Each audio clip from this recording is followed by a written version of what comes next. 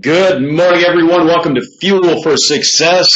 Well, I see we got some interesting comments in different languages. So, Guten Morgen, Herr Maddox. A little German for you. And today is episode 221. It is Thursday, and it's the first Thursday of November. And I just said good morning back to you in Russian. I typed it in Russian, my friend. I've been working on my Russian language. Yeah, that is actually Russian, and that's the best that he can do with a non-Cyrillic keyboard. So,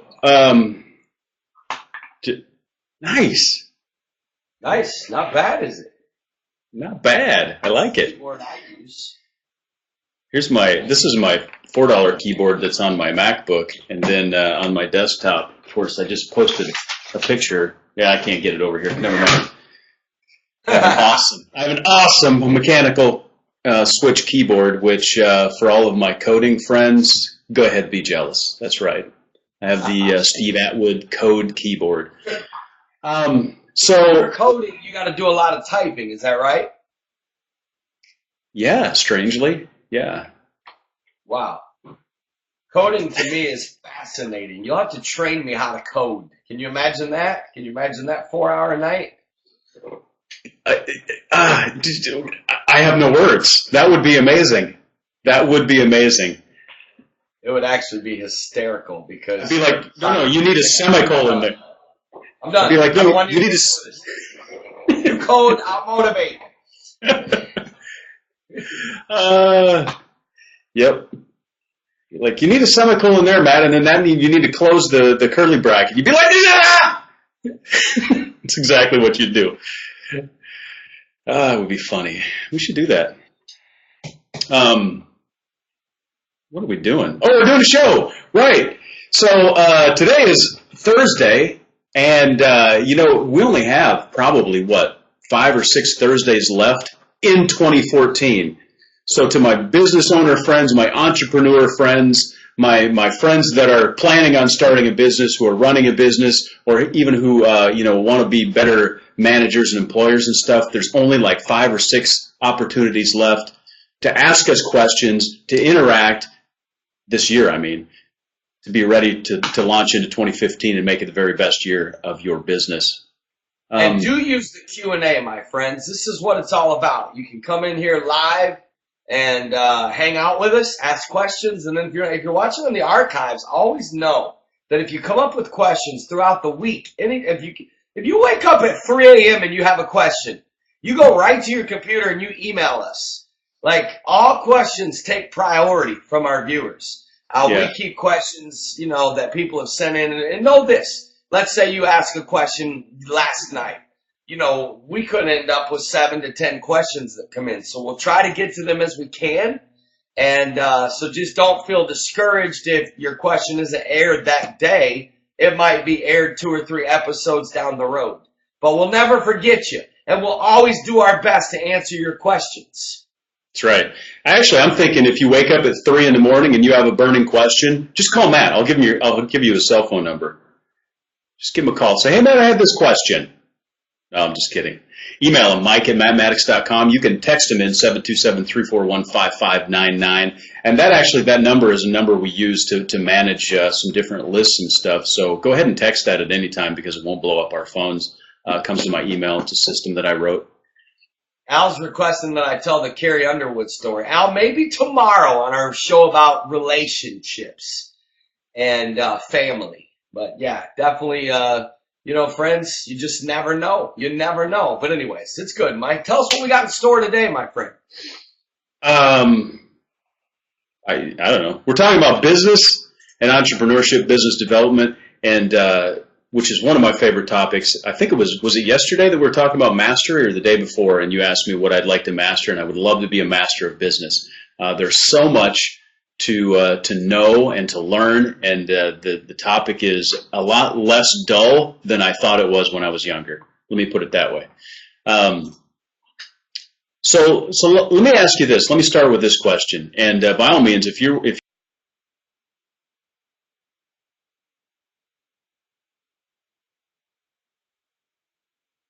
Did y'all lose Mike or me? Type in the box and tell me if you can hear me, or did you lose Mike? Might have been me. Oh, you lost Mike. Oh, you can't hear Mike. Okay, until he comes back on, which I'm sure he will. I'll start off with one of the questions that I know came in. One of the questions that I know Mike and I can both answer to is how do you handle having home offices? You know, sometimes businesses are actually run out of your home. Some people, to save money and save on office space. Let me tell you where I'm at in life. I'm all about saving money, even if you have the money to do something. And if you know, it's one of those things where it has to be the right type of person to have a home office, because you've got to learn how to treat that office space with a business mindset. Like when you walk in that office, it's not a place to lounge and hang out. It's not a place to take naps. Like it's got to become a sacred space. It's got to become a place where you go in there and you're as tenacious as if you would be maybe in another office off-site. Personally, I like home offices myself because I like the convenience and because I'm all about time. For me, the most sacred thing that I possess is my time. So I like home offices because it saves time on any type of commute. The only thing that I don't like about home offices is as a company grows, obviously I do believe that a business owner should be visible, approachable, and able to connect with their employees, their staff, or whatever, their team. So that's obviously very important in my opinion. But I do believe if you have a home office, you know, your family needs to respect that territory. Meaning, like, you know, in other words, just because dad's at home working in the office, unless you really need him, doesn't mean you can just barge in anytime you want. Of course, I've given my son direct access, but I have no problem telling him, Caleb, you know, dad's got to go in and do 4 hours of work, you know, and he knows by now, unless he really needs me, he's not just going to come in and hang out, you know, which by now, I mean, I don't mind if he does. I really don't, you know. It doesn't bother me because it's, you know, he just comes in and sits there and listens to some of my calls because he likes to listen to some of my coaching calls, you know, because it just cracks me up. Sometimes he'll come and sit down with a notepad and just listen. Hey, there's Mike. Hold on. Let me switch. A little OCD. He's a little OC. I'm going to just make sure my audio here is working. Sometimes, regardless of how technologically savvy you are, technology will, much like a snake, rise up and bite you. And I done been bit. I'm going to have to ask you not to disappear from our show anymore. I'll see what I can do. I will. Maybe if I... Okay, there, better. You got an air can. You really have the correct keyboard when you got an air can, baby. Mike, I'm talking about home offices right now. I don't know if you could hear any of it. I'm just kind of explaining the pros and cons of having one. And that's the question I started off with. As you disappeared on me, left me completely alone, out here to swim with the sharks by myself. It's okay, I forgive you. Welcome back, my friend. Anyways, Mike, hey, I got a home office, and I was telling them I love a home office because my most valuable asset is my time. So I like just being able to, like, you know, I feel like, to me, I'm all about being as extremely productive as much as possible. So again, if I did have a drive, 30 minutes to an office, I promise you those 30 minutes would not be spent listening to the radio. They would be spent listening to Success CDs, Fuel for Success, stuff like this, audiobooks, or I would be making some phone calls. Would not be texting. I'm actually taking an extreme position against texting and driving. I'm talking extreme. I've really gotten extreme. I'm with you on that, which is good. So that's a personal growth breakthrough for me because I used to text and drive because I used to believe I could because I was so good at multitasking. Anyways, Mike, you got a home office. Give us your pro and con on a home office. Well, couple of things I would say, and one is back in, I think it was about 2003, I started a technology consulting firm. We did pretty well for a couple of years, but one of the very biggest mistakes that I made was I leased some office space, and it it would have been way better for me to work out of a home office because of the overhead of, and we just had, I mean, it was a small office space. It was probably twice as big as my home office here. And my office here is actually just like the third bedroom, right? And I converted it to an office. You know, my wife put my name on the door, which is pretty cool. But you know, we could have easily worked out of a home office or out of home offices remotely, because this is, you know, 2003. We had the technology to video conference and all that sort of thing. And but the overhead of the office lease, right, and the phone systems and the extra internet and all of those things were contributing factors to really crippling our cash flow. And in a small business, in a startup, cash is king, and cash flow, right, is like the king of kings. Like when the blood is no longer flowing in the body dies, right? Yep, exactly. And so cash flow is always something you need to be very aware of. So like when you're doing, and this is off on a tangent, but when you're doing a financial plan for business model and that sort of thing, you not only want to like do your annual, you know, P&L, like this is what we expect to make, this is what our expenses expect to be. You need to like break that down month to month on a cash flow and see where that, because you're going to take a dip in cash flow and then it's going to rise back up again. You need to be able to make sure you can withstand that. So anyways, the cash flow, the outflow of monies to maintain that office space for literally like zero benefit, right? I mean, if you're running a business where, you know, you're a dentist, right? You need people to come into your office. I get that. That's a valid business expense. And to be completely 100%. What's that? Anything where you have people coming in and out, obviously, unless it's like another like piece of your home that's away from your home, I wouldn't want people coming in and out of my home all day. Would you? Right. No, but most businesses aren't like that, right? Most businesses today, you don't need it. And to be completely transparent, we opened an office space probably more for ego than any other reason. And ego is like one of the number one enemies of successful business. It will kill you. Ego chokes. Ego destroys. Yeah. So if there's any way you can avoid it, two things I would say. First of all, avoid having an office if you can avoid it. And second of all, and the other problem is if you live in a Comcast area and you move into a business place, you're going to have business Comcast because residential won't go there. And then I really, really, really feel sorry for you because they're the worst business ever. There, I said it, and I'm glad. Mike, I so want to do this. I don't know if I'll get to, but I'm honest with you. I'm honest in telling you this. So Mike and I have We've teased and toyed with this idea. Maybe when our kids are older, of course, probably a lot more complicated for Mike to try something like this, of course, because he's married, you know, and respectfully so. Carol would shoot him. But I so want to live in my car for a year and only have an iPhone and go to Starbucks every day and become, you know, make $2 million in a year just from like living in my car and going to Starbucks every day with my iPhone. Like, I so believe in we have so much opportunity. You know, Mike, I gotta be honest. Let's, to use a Mike term here, let's segue here a little bit. Mike, I honestly believe what's missing in a lot of business, you know what I believe is killing most people's success? Comfort. I believe that ease and comfort and a lack of fight and desperation and hunger is killing us. I believe it's killing our kids. Our kids don't got to fight for nothing. You know, we were talking last night, you know, there's a new baseball bat out for like $550 and it's the bat. And all these kids want it. We were talking about kids. Last night our coaches were standing over there talking about these kids that grow up in the Dominican Republic.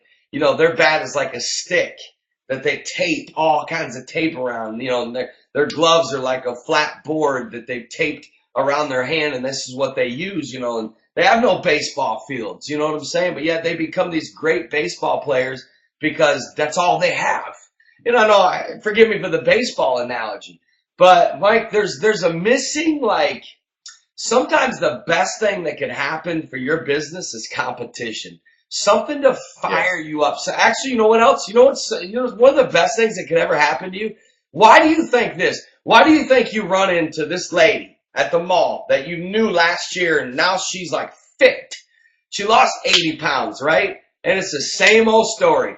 Her husband cheated on her. She had that wake up call. She lost weight. She got in shape. Like sometimes anger is our best motivator. Sometimes the best, like for me, and I know Mike is the same way, like, please don't tell me I can't do something. I'd actually rather you like say, man, I know you can do this. Because if you tell me, there's like something that snaps in me. Like there's this like, don't add any fuel to the fire. If you ever want to slow us down, like be nice to us. Don't tick us off, because when you get into this state, Mike, and I've seen you go here, and it's actually unbelievable what can be accomplished when we just sometimes just say, okay, you know what? Enough's enough. Tired of this. I'm absolutely tired of this. You know what I'm saying?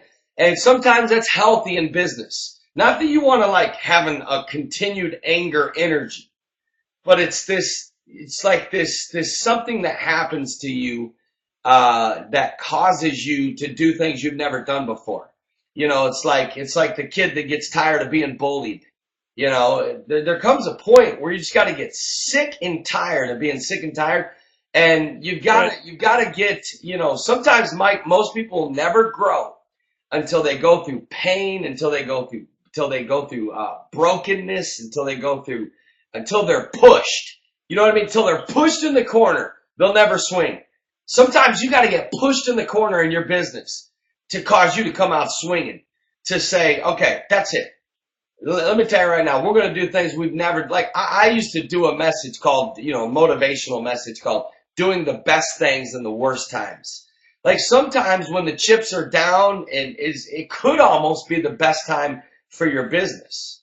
Because when you're at rock bottom and you have nothing to lose, you like just get this sickening, like ridiculous, intense, fierce, like don't care, I'm going for it mentality. And actually sometimes that's best.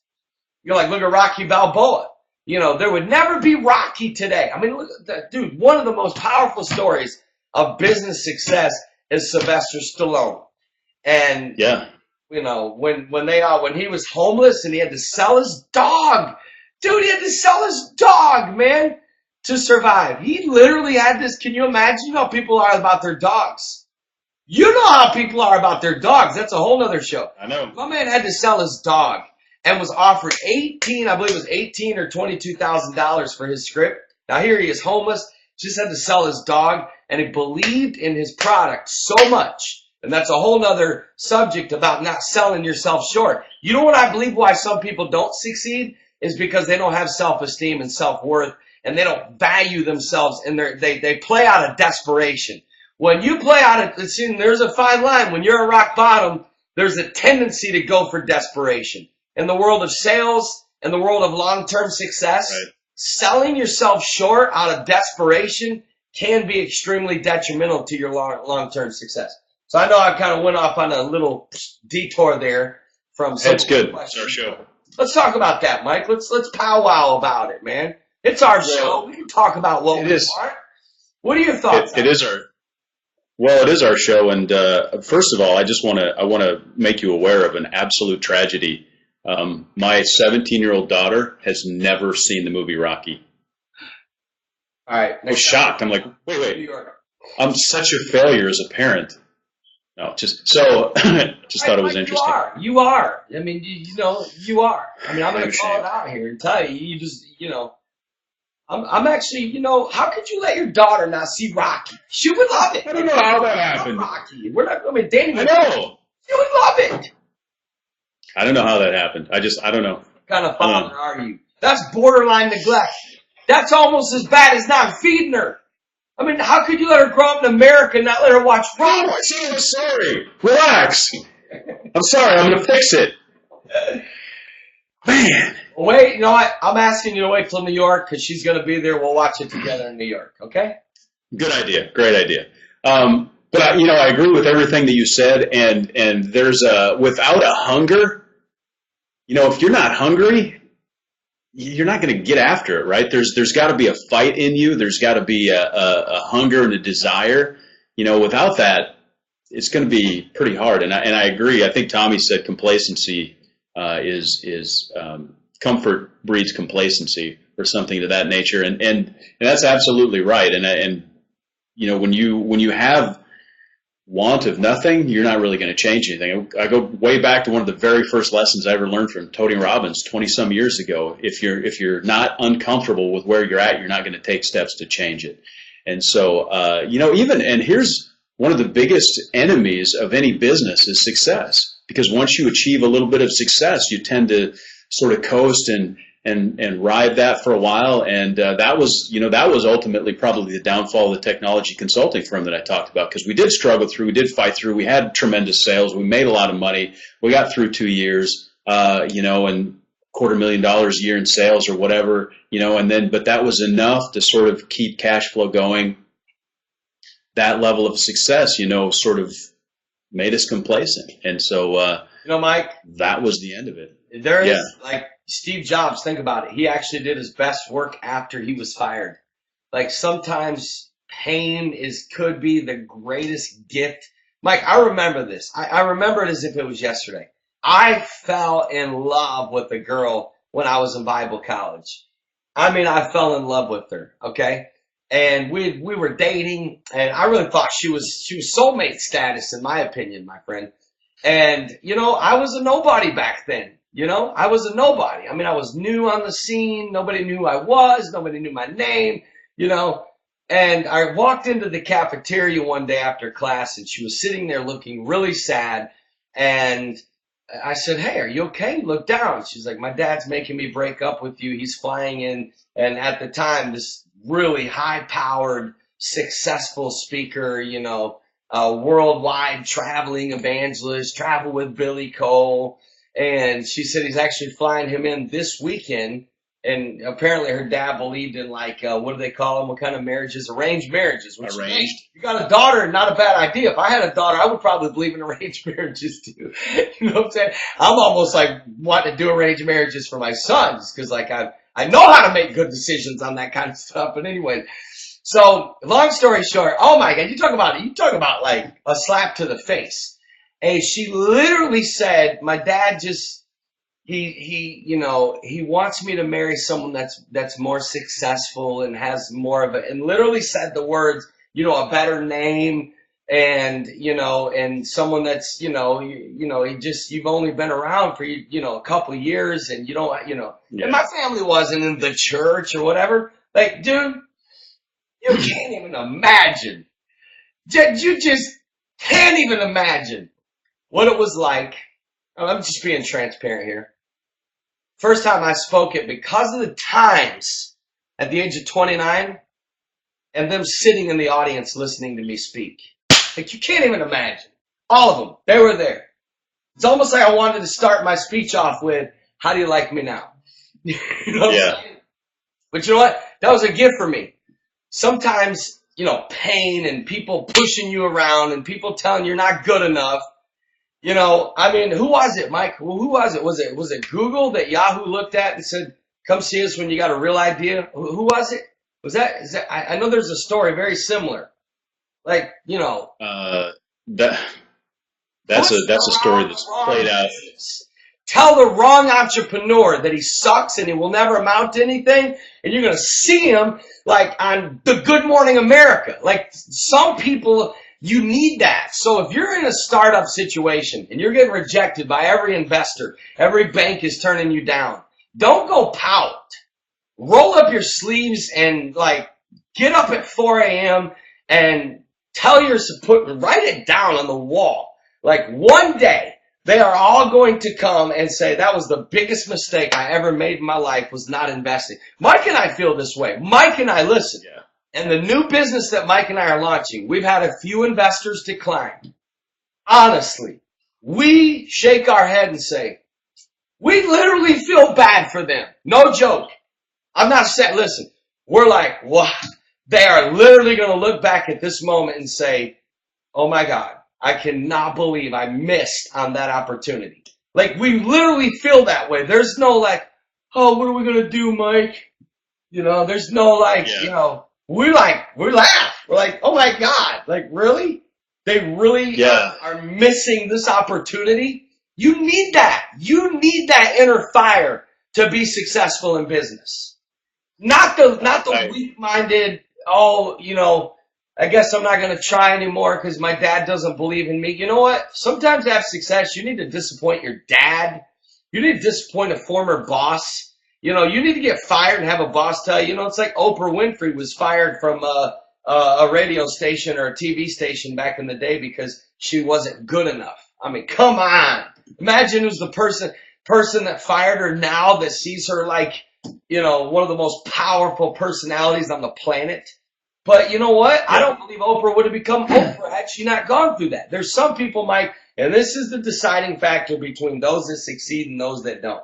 We're all going to get pushed around. We're all going to get overlooked. We're all going to have people that, that totally devalue us.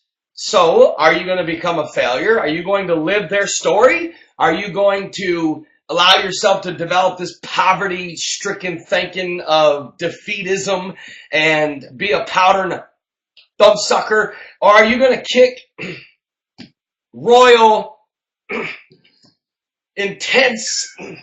That's my way of wanting to use words that I can't use, but I would love to use it right now because I'm feeling intense. I'm feeling fired up. And you know what? To all of you that have been overlooked, to all of you that are the nobodies right now and bigger businesses and people in ties and suits are looking at you like you're a little peon, let it happen. Let them look at you like a peon. And one day, my friend, one day, just keep telling yourself, one day they're going to regret this. That's right. Listen, one more thing, Mike. I want you to talk. One more thing. The other day, Caleb looked at me and he goes, he was on some kind of baseball team, and he goes, just one day they're all going to look back and be like, God, I played baseball with him and when I was 13. I was like, you know what? I love that mentality. You know what I'm saying? Like, you're going to go through ups and downs as a baseball player. Caleb went through a little down season. Instead of letting him feel like a failure, he's like, you know what? One day they're going to regret this. It was a team that passed up an opportunity to have him, and instead of him feeling like discouraged, well, I'm a failure and I suck, I'm not playing baseball anymore. He got this fire in his eyes. He goes, one day they're going to look back and realize they had a chance to have me on their team, and they're going to look back and think, wow, I actually didn't allow him to play with us. You know what I'm saying? Good for him. Yeah. I like what Melody says. A great story about your daughter, Melody. I'm glad to hear that. Coach told her that she 2 years ago wasn't even good enough to play right field. Now she's a starting pitcher. And her point is that haters are your motivators. And that's absolutely true. You know what? I'm like, go ahead. Tell me I can't do it. Tell me. Bring it. I'm not afraid of your words. You know what I'm saying? I love the haters are motivators, Mike. That's my new. I might get a T-shirt that says haters are motivators, or a T-shirt that says I love haters. Hate-evators. That's great stuff. I'm looking through the questions, see if there's anything. She's watching. At least go back and have fast forward and watch this part of the show. To Melody's daughter, I'm proud of you. I'm proud of you that you were tough enough to prove them wrong. And that you didn't become the kid that sits at the end of the bench and sucks your thumb and developed a what do they call it? Mike, what's that mentality when they call victim thinking. I see a lot of young athletes do this. The entitlement thinking. Mike and I have really been on this kick lately about people that have entitlement thinking. We're like, don't have entitlement thinking with us. Work yourself to the. Anyways, go ahead, Mike. What were you about to say? Well, none of us are even entitled to live in our car. So set all that aside. It's a good thing we don't get what we deserve. That's all I got to say. So I don't know what I was going to say. I was looking at our questions to see if we had something you could answer in a minute, but we got time for one question. Pull it out.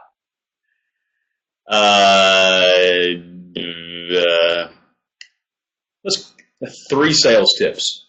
Because sales are the lifeline of cash flow. Cash flow is the blood in the business. Without sales, you have no business. 3 quick sales tips. Sell daily. Sell daily. Set your goals. Make your calls. Make your appointments. Apply the law of numbers. Put your head down. Refuse to fear rejection. Refuse to fear failure. Ask questions. Be genuine. Listen. Ask more questions. Close. Follow up. Produce. In other words, sales is beautiful. If you don't love sales, get out of it. I love sales. I love it. Like, I literally love sales. To me, it's a big game. I literally, like, when people say no, I love trying to change their mind. I love the whole process of seeing. Like, at that point, it becomes a game to me. Like, I'm going to see if I can change their mind. You know what I mean? I can't even tell you the amount of sales that I've achieved in life from people that told me no at first. I mean, talking about sales, my friend, sales is such an amazing thing, but most people have never really been trained how to succeed in sales. So I would say, number one, if you're in sales, you should be reading every book you can get your hands on about sales. Number two, you need to sell, like literally sell. And of course, I don't care who it is. You can take the top 10 greatest salesmen of all time, and they've all made hundreds of calls. Mike, Jack Canfield, Chicken Soup for the Soul. Do you know that 100 people turned them down to publish their book? 100 people. 100 people told them no.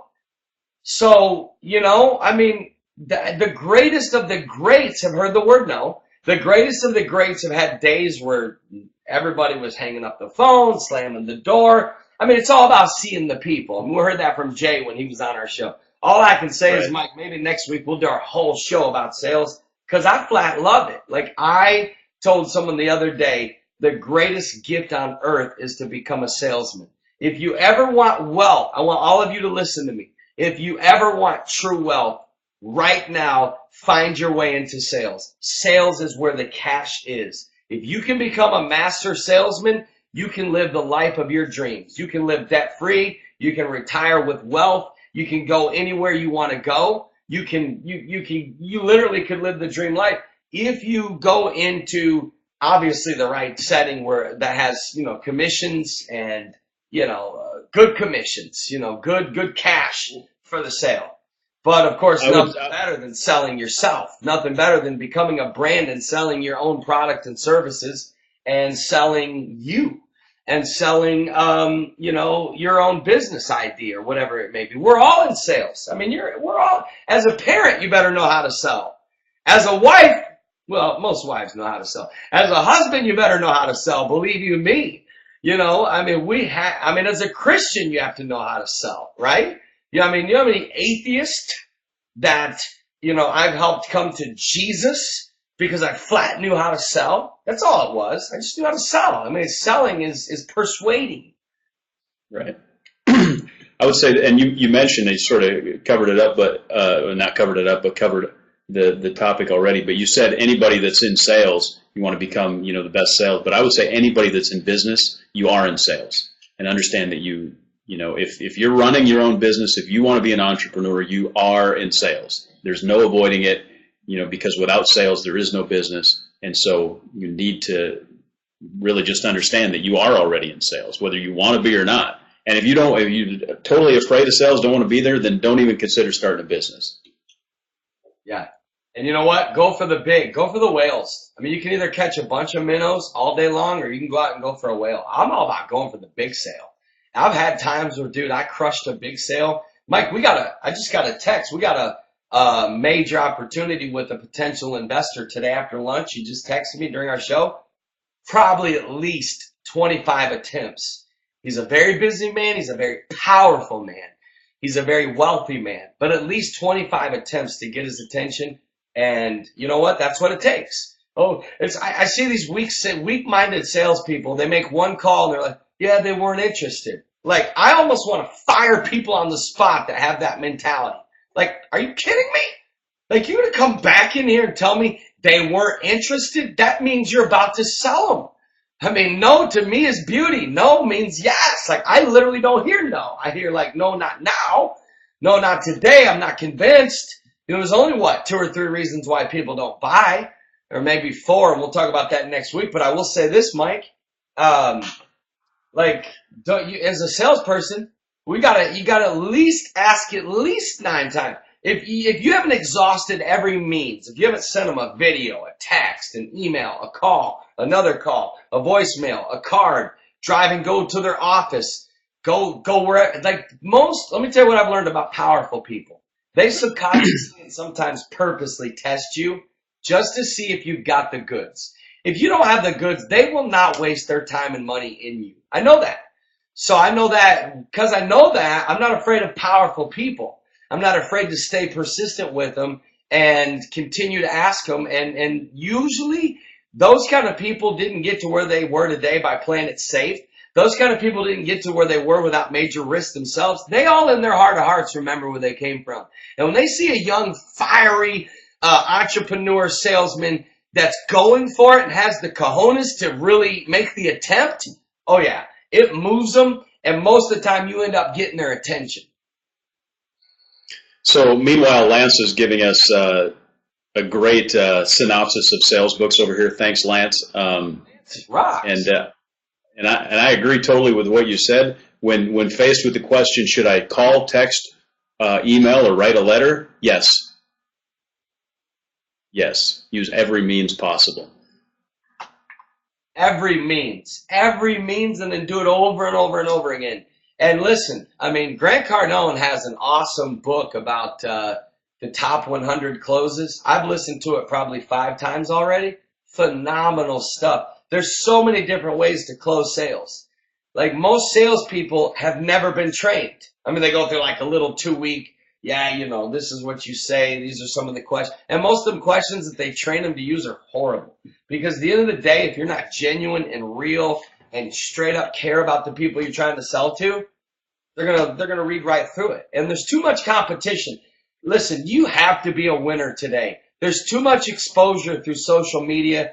I was thinking about this morning. Something is going to happen in the city of Fort Lauderdale. I don't know what it is, because this story of this homeless man has gone viral, my friend. That's the power of social media. You can't just push people around anymore and get away with it.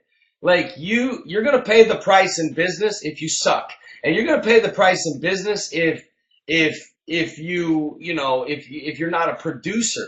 People tweet, people Facebook, it's like we're in a world where everything is exposed. So you got to bring it. You got to bring it every day. And you got to bring your A game every day because there's too much competition. People can walk like that. I mean, it used to be there'd only be like one little hardware store. Remember? Now there's like Lowe's. Then if you get treated like crap at Lowe's, no problem. Just drive across the street to Home Depot. They treat you like crap at Walgreens. Oh, no problem. Just go to CVS across the street, right? In other words, there's becoming so many options that the competition is killing each other. And the only way to stay way ahead of the game is to stay real, stay genuine, and really make it about the customer and really make it about the people. And then just be so good that nobody can compete with you. I mean, that's where Mike and I are heading. We literally believe we're getting to the place where people just aren't even going to be able to compete. They're going to say, I'm not competing with those guys. No way. Yeah. Like you said, if you mess with people, you're going to pay the price. Conversely, you'll reap the rewards if you're authentic and genuine and deliver a good product. So that's where we're going. We love you. Well, we're going to make it. So thank you guys so much. Hopefully, this show's all about bringing motivation. We're all about lighting a fire, throwing wood on the fire, just giving you little tips and little practical do's and don'ts of business as we are learning ourselves. And continue to learn. I mean, why do you think we still watch The Profit and Shark Tank and watch every video? Mike and I send videos to each other daily. Like, you must watch this. You know what I'm saying? Watch this now. Mike's like, I'm still trying to get caught up on the last 4 you sent me this morning. Like, 911, Mike, watch this now.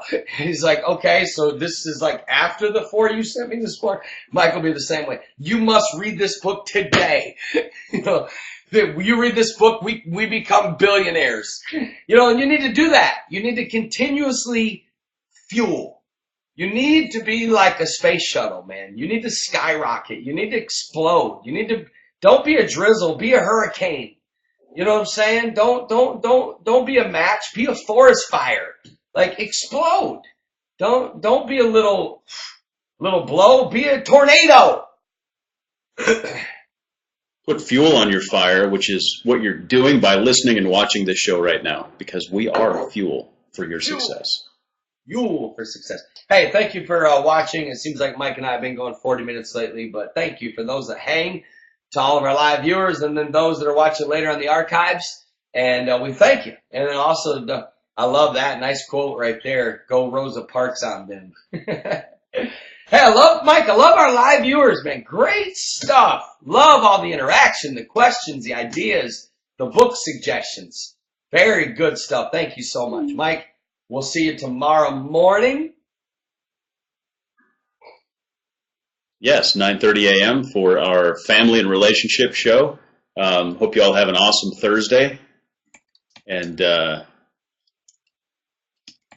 what are you doing? Oh, I'm just returning a quick text. I thought we were done. I'm sorry. My bad. Why did you just call me out? I'm like immediately switched. I thought you were saying goodbye. Mike's just like, what are you doing? I'm like, I don't know, are you ready to put up a link or something? I didn't want to cut you off, you know. All right, anyways, y'all have an awesome Thursday. Love you. Love my friend Matt. We've had a lot of fun, and we'll have fun again tomorrow, so join us. Be there or be square. Love y'all.